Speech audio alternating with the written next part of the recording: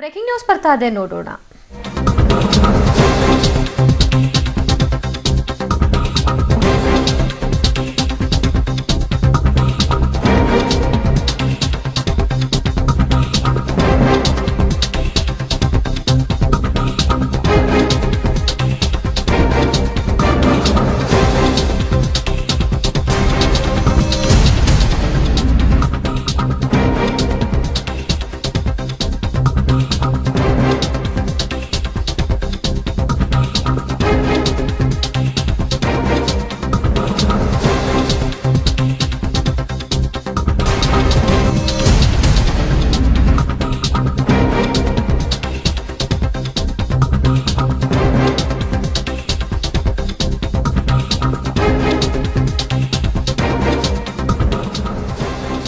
DIG ರೂಪ DG Satyanarayana Rao ಕಿತ್ತಾಟದ ಬಗ್ಗೆ CM ಸಿದ್ದರಾಮಯ್ಯನವರು ಅಸಮಾಧಾನ ವ್ಯಕ್ತಪಡಿಸಿದ್ದಾರೆ.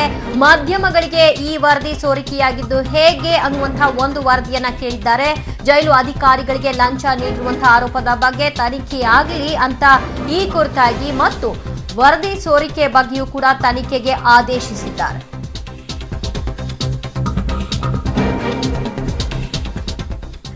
ಈ ಬಗ್ಗೆ ಹೆಚ್ಚಿನ ಡೀಟೇಲ್ಸ್ ಕೊಡ್ತಾರೆ ನಮ್ಮ ಪ್ರತಿನಿಧಿ ಮಂಜುನಾಥ್. ರೂಪಾ ಅವರು ಕೊಟ್ಟಿರುವಂತಹ ವರದಿಯ ಬಗ್ಗೆಯೂ ತನಿಖೆಯ ಜೊತೆಗೆ ಈ ಮಾಹಿತಿ ಹೇಗೆ ಸೋರಿಕೆ ಆಯಿತು ಅನ್ನುವಂತಹ ತನಿಖೆಯೂ ಆಗಬೇಕು ಅಂತನಾ ಅಥವಾ ಕೇವಲ ಮಾಹಿತಿ ಸೋರಿಕೆಯ ಬಗ್ಗೆ ತನಿಖೆ ಆದೇಶನ? ಹೌದು ದಿವ್ಯಾ, ಯಾಕೆ ಅಂದ್ರೆ ಈ ಪ್ರಕರಣವನ್ನ ತುಂಬಾ ಸೀರಿಯಸ್ ಆಗಿ ಗಂಭೀರವಾಗಿ ಪರಿಗಣಿಸಿದೆ ರಾಜ್ಯ ಸರ್ಕಾರ. ಯಾಕೆಂದ್ರೆ ಇಬ್ಬರು IPS ಅಧಿಕಾರಿಗಳ ಕಿತ್ತಾಟದ ಫಲವಾಗಿ ಇಡೀ ಜೈಲು ವಿಭಾಗ ಅಂದ್ರೆ ಕಾರಾಗೃಹಗಳ ಇಲಾಖೆಗೆ ಒಂದು ಮುಜುಗರ ತರುವಂತಹ ಪ್ರಶ್ನೆ ಇದಾಗಿರೋ ಕಾರಣಕ್ಕೆ ಸೀರಿಯಸ್ ಆಗಿ ತೆಗೆದುಕೊಂಡಿದ್ದಾರೆ. ಅದರಲ್ಲೂ ಮುಖ್ಯಮಂತ್ರಿಗಳೇ ಬಳಿಯೇ ಖಾತೆ ಇರುವುದರಿಂದ ಈ ಕೂಡಲೇ ನನಗೆ ವರದಿ ಬೇಕು ಅಂತ ಗೃಹ ಸಚಿವಾಲಯಕ್ಕೆ ಸೂಚನೆಯನ್ನ ಕೊಟ್ಟಿದ್ದಾರೆ. ಅದರಲ್ಲಿ ಪ್ರಮುಖವಾಗಿ ನಿನ್ನೆ ಅವರ ಎಲ್ಲ ಆರೋಪಗಳನ್ನ ಮಾಧ್ಯಮಗಳಲ್ಲಿ ವರದಿಯಾಗಿರೋದನ್ನು ಗಮನಿಸಿರುವಂತಹ ಮುಖ್ಯಮಂತ್ರಿಗಳು ಇಬ್ಬರು ವಿರುದ್ಧನೂ ಕೂಡ ತೀವ್ರವಾಗಿ ಗರಂ ಆಗಿದ್ದಾರೆ. ಯಾಕೆ ಈಗ ಆಗ್ತಾ ಇದೆ ಅನ್ನುವಂತ ವಿಚಾರವಾಗಿ ಇಟ್ಕೊಂಡು. ಅದಲ್ಲದೆ ನಿನ್ನೆ 4:45 5 ಗಂಟೆ ಹೊತ್ತಿಗೆ ರಿಪೋರ್ಟ್ ಸಬ್ಮಿಟ್ ಆಗುತ್ತೆ. ಬೆಳಿಗ್ಗೆ ಅಧಿಕಾರಿ ಹೋಗೋದಕ್ಕೂ ಮುಂಚೆನೆ ಅದು ಮಾಧ್ಯಮಗಳಿಗೆ ಲೀಕ್ ಆಗುತ್ತೆ. ಈ ಎಲ್ಲಾ ಪ್ರಶ್ನೆಗಳನ್ನು ಕೂಡ ಬಹಳ ಗಂಭೀರವಾಗಿ ಎತ್ತಿರುವಂತಹ ಮುಖ್ಯಮಂತ್ರಿಗಳು ಈ ಕೂಡಲೇ ನನಗೆ ವರದಿ ತರಿಸಿ ಯಾರು ತಪ್ಪಿತಸ್ಥರು ಇರ್ತಾರೋ ಅವರ ವಿರುದ್ಧ ನಿರ್ದಾಕ್ಷಿಣ್ಯ ಕ್ರಮಕ್ಕೆ ಸೂಚನೆ ತೆಗೆದುಕೊಳ್ಬೇಕು ಅನ್ನುವಂತ ಖಡಕ್ ಆದೇಶವನ್ನು ಕೂಡ ಕೊಟ್ಟಿದ್ದಾರೆ. ದಿವ್ಯಾ, ಓಕೆ, ಈ ಬಗ್ಗೆ ಅವರಿಂದಲೂ ಕೂಡ ವರದಿ ಕೇಳಿದ್ದಾರಾ? ಈಗ ಮುಖ್ಯವಾಗಿ ಗೃಹ ಇಲಾಖೆ ಅಂದ್ರೆ ಈಗ ಅದಕ್ಕೆ ಪ್ರತ್ಯೇಕವಾದಂತ ಕಾರಾಗೃಹ ಇಲಾಖೆಗೆ ಪ್ರತ್ಯೇಕವಾದಂತ ಗೃಹ ಇಲಾಖೆ ಇರುತ್ತೆ. ಆ ಗೃಹ ಇಲಾಖೆ ಬಗ್ಗೆ ಅವರು ಇದ್ರ ಬಗ್ಗೆ ಪೂರ್ತಿ ಎರಡು ಕಡೆ ಏನಾಗಿದೆ ಯಾಕಾಯ್ತು ಅನ್ನೋಂಥದ್ದನ್ನ ವರದಿಯನ್ನ ಸಂಗ್ರಹಿಸ್ತಾರೆ. ಅದಕ್ಕೆ ADGP ಮಟ್ಟದ ಒಬ್ಬ IPS ಅಧಿಕಾರಿ ಕೂಡ ಅಲ್ಲೂ ಇರ್ತಾರೆ. ಅವರು ಇದರ ವರದಿಯನ್ನ ಸಂಗ್ರಹಿಸಿ ಪುನಃ ರಾಜ್ಯ ಸರ್ಕಾರಕ್ಕೆ ವರದಿ ಕೊಡ್ತಾರೆ, ಮುಖ್ಯಮಂತ್ರಿಗಳಿಗೆ ಮತ್ತೆ ಗೃಹ ಮಂತ್ರಿಗಳಿಗೆ. ಇಬ್ರು ಈಗ ಒಂದೇ ಆಗಿರೋ ಕಾರಣಕ್ಕೆ ಮುಖ್ಯಮಂತ್ರಿಗಳ ಕೈ ನೇರವಾಗಿ ಸೇರುತ್ತೆ ಅಂತ ಕಾಣುತ್ತೆ. ಸೊ ಈ ವರದಿಯನ್ನ ಗಮನಿಸಿ ಯಾರ ವಿರುದ್ಧ ಕ್ರಮ ತೆಗೆದುಕೊಳ್ಬೇಕು ಅನ್ನುವಂಥದ್ದು ಈಗ ಅಂತಿಮ ತೀರ್ಮಾನಕ್ಕೆ ಬರಲಾಗುತ್ತೆ. ದಿವ್ಯಾ, ಇಡೀ ಕಾರಾಗೃಹದ ಸಿಬ್ಬಂದಿ ರೂಪಾ ಅವರ ಒಂದು ಈ ವರದಿಯ ಕುರಿತಾಗಿ ಮತ್ತು ಅವರ ಕಾರ್ಯವೈಖರಿಯ ಕುರಿತಾಗಿ ಅಸಮಾಧಾನವನ್ನ ವ್ಯಕ್ತಪಡಿಸ್ತಾ ಅವರು ಇಲ್ಲಿಗೆ ಹೊಸಬ್ರು, ಅವ್ರಿಗಿನ್ನೂ ಕೂಡ ಇಲ್ಲಿನ ಕಾರ್ಯವೈಖರಿಯ ಸಂಪೂರ್ಣ ಮಾಹಿತಿ ಇಲ್ಲ ಅಂತ ಕೂಡ ಹೇಳ್ತಾರೆ. ಸೊ ಈಗ ಇದೆಲ್ಲವೂ ಕೂಡ ಅವ್ರಿಗೆಲ್ಲ ರಿವರ್ಸ್ ಆಗುತ್ತಾ ಅಂತ?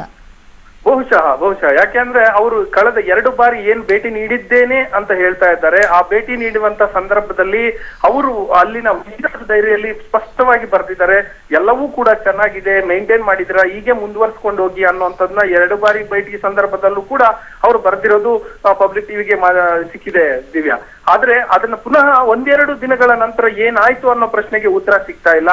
ಅವರು ಈ ಕಡೆ ಸತ್ಯನಾರಾಯಣ ರಾವ್ ಅವ್ರನ್ನ ಕೇಳಿದ್ರೆ ಇದು ಮೊನ್ನೆ ಮುಖ್ಯಮಂತ್ರಿಗಳು ಕರೆದಿದ್ದಂತ ಮೀಟಿಂಗ್ ಅವರು ಬಂದಿರಲಿಲ್ಲ, ಮತ್ತೆ ಮಾಧ್ಯಮಗಳಲ್ಲಿ ಕೂತು ಸೋಷಿಯಲ್ ಮೀಡಿಯಾಗಳಲ್ಲಿ ಫೋಟೋ ಅಪ್ಲೋಡ್ ಮಾಡ್ತಾ ಇದೆ, ಇದು ಜೈಲು ಮ್ಯಾನ್ಯಲ್ಗೆ ವಿರುದ್ಧವಾಗಿರುತ್ತೆ, ಹಾಗಾಗಿ ಯಾಕೆ ಮಾಡ್ತೀರಾ ಅನ್ನುವಂತಹ ಒಂದು ನೋಟಿಸ್ ಅನ್ನ ಕೊಟ್ಟಿದ್ದಕ್ಕೆ ಈ ತರದ ಎಲ್ಲವನ್ನೂ ಕೂಡ ಸೃಷ್ಟಿಯಾಗಿದೆ ಅನ್ನುವಂತ ಮಾಹಿತಿಗಳು ಹೊರಗಡೆ ಬರ್ತಾ ಇದೆ. ಹಾಗಾಗಿ ಎರಡೂ ಕಡೆಯಿಂದ ಸರ್ಕಾರಕ್ಕೆ ಮುಜುಗರ ಆಗ್ತಾ ಇದೆ, ಗೃಹ ಇಲಾಖೆಗೆ ಮುಜುಗರ ಆಗ್ತಾ ಇದೆ.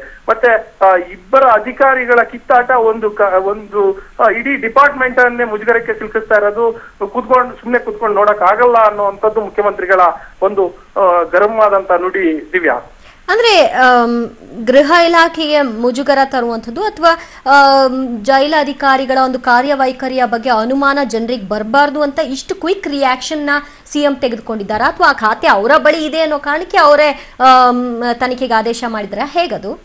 ಸಾಮಾನ್ಯಕ್ಕೆ ಇಂಥ ಸಂದರ್ಭ ಬಂದಾಗ ಯಾರು ಗೃಹ ಮಂತ್ರಿಗಳಿರ್ತಾರೋ ಅವರೇ ಇದಕ್ಕೆ ರಿಯಾಕ್ಟ್ ಮಾಡ್ತಾ ಇರ್ತಾರೆ, ಮತ್ತೆ ತೀವ್ರ ಕೂಡಲೇ ಆದೇಶಗಳನ್ನ ಕೊಡ್ತಾ ಇರ್ತಾರೆ. ಈಗ ಖಾತೆ ಈಗ ಮುಖ್ಯಮಂತ್ರಿಗಳ ಕೈಯಲ್ಲಿರೋದ್ರಿಂದ ಅವರಿಗೆ ನೀಟಾಗಿ ಮತ್ತೆ ಫಾಸ್ಟ್ ಆಗಿ ನ್ಯೂಸ್ ಅನ್ನ ರೀಚ್ ಆಗುತ್ತೆ, ಇಂಟೆಲಿಜೆನ್ಸ್ ಮೂಲಕ ರೀಚ್ ಆಗುತ್ತೆ. ಏನಾಯ್ತು, ಒಳಜಗಳ ಏನೋ ಹೊರಜಗಳ ಏನೋ, ಇವ್ರು ಮಾಡಿರೋದೇನೋ, ಮತ್ತೆ ಹೋಗಿ ಹೇಳಿದ್ದೇನು, ಇದೆಲ್ಲವೂ ಕೂಡ ಮುಖ್ಯಮಂತ್ರಿಗಳಿಗೆ ಆಲ್ರೆಡಿ ಮೌಖಿಕವಾಗಿ ಒಂದು ಆದೇಶ ಹೋಗಿರುತ್ತೆ.